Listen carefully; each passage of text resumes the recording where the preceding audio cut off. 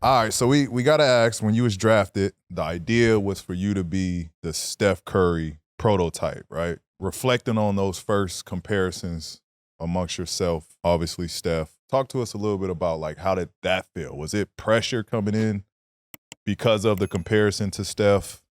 And because, you know, y'all games are similar. The way y'all can shoot the ball and stretch the floor and play make and create, you know what I mean? Yeah. And, you know, play under the rim and still be able to finish and make magic. So, you know, talk to us a little bit about, like, that pressure of just the comparison to Steph. Yeah. That really all started in college.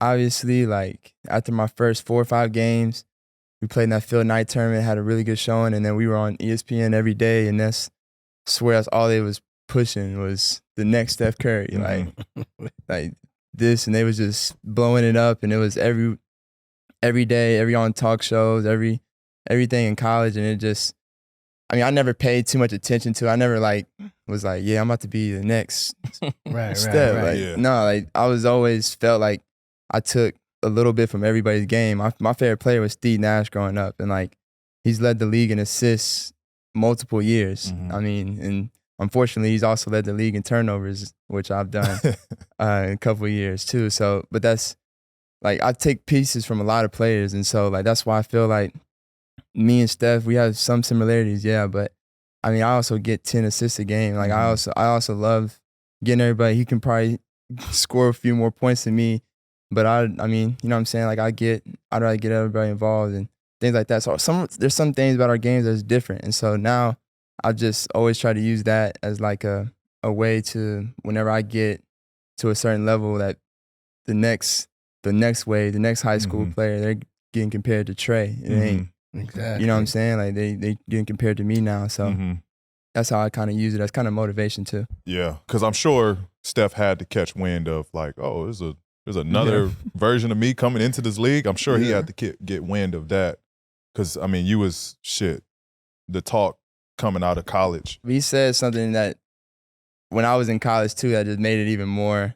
It was like middle of Big 12. Like I was in the middle of my high too. And we were like top 5 in the country. And he said something like, he's so electrifying every time you watch him. And so like, obviously they gonna run over right then and there. They're gonna run it. They're gonna run it even more. So has he built a relationship with you since you've been in the league or coming into the league? For sure.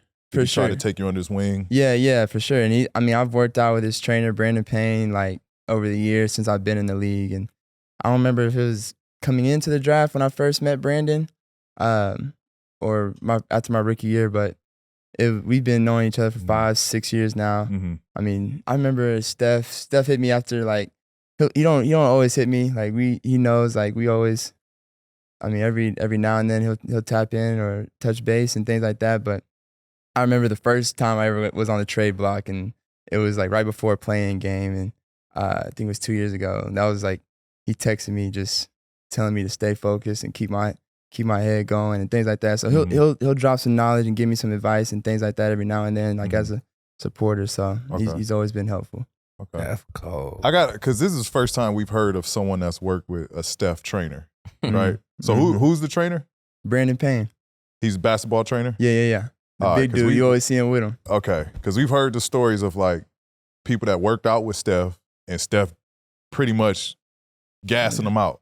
Oh, yeah. Like, is these workouts insane? Oh, it's insane, bro. It's insane from the beginning to end. Like, it's conditioning, and Steph does that at a different level now. He got his heart rate monitor, so he got his people tracking. Yeah, that's the next level, high level shit that that players don't. Because that's what players, like, people in the league see him and his greatness, but like they don't understand how tough it is to guard Steph because he does not stop moving. Like even like no, we can talk about little things, like even little things like when he's walking a player down and he has some strength to him too. Like he'll bump you and like use some little tricks and get you off, and it's a little space that he needs, and he'll get some shots off.